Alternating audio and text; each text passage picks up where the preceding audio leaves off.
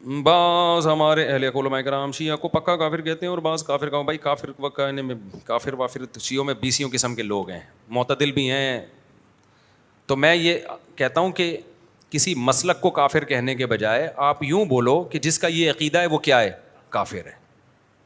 جو نبی کو حاضر ناظر جانتا ہے بلا کسی تعویل کے وہ کیا ہے, کافر ہے. جو نبی کو مشکل کشا مانتا ہے بلا کسی تعویل کے وہ کیا ہے, کافر ہے. تو جو حضرت عائشہ رضی اللہ تعالیٰ عنہ پہ زنا کی تہمت لگاتا ہے وہ کیا ہے, کافر ہے.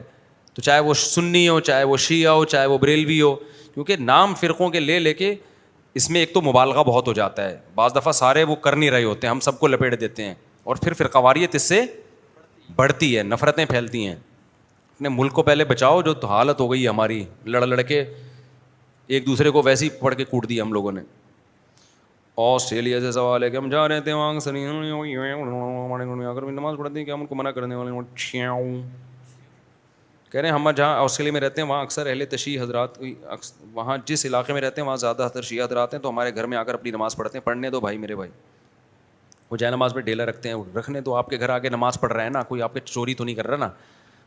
بار بار میں ایک بات کہتا ہوں, دوسرے کے مسلک کو چھیڑو نہیں, اپنے مسلک کو چھوڑو نہیں. ہاں جب وہ حق کی تلاش میں آپ کے پاس آئے دلائل, تو علماء سے دلائل پوچھ کے اس کو محبت کے ساتھ سمجھا دو. مان جائے ٹھیک ہے, نہیں مانے تو اس کی مرضی ہے بھائی. اتنی دنیا میں اور کچھ ہو رہا ہے تو کیا ہو گیا.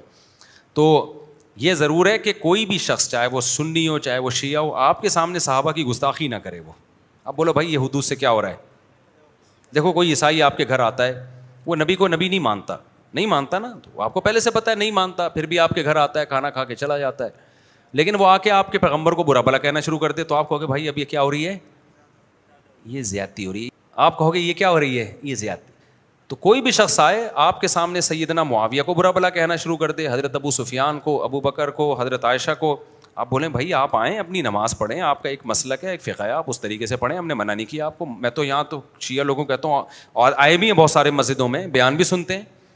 ایک دن کسی جذباتی نے پکڑ لیا کہ شیعہ آئے اور نکالو. میں نے کہا تو, مجھے بہت غصہ آیا, میں نے کہا کس بیس پہ نکال رہے ہو بھائی, آپ مجھ سے پوچھے بغیر آپ یہ کام کر رہے ہو. تو یہ بدتمیز ہر جگہ پر ہوتے ہیں.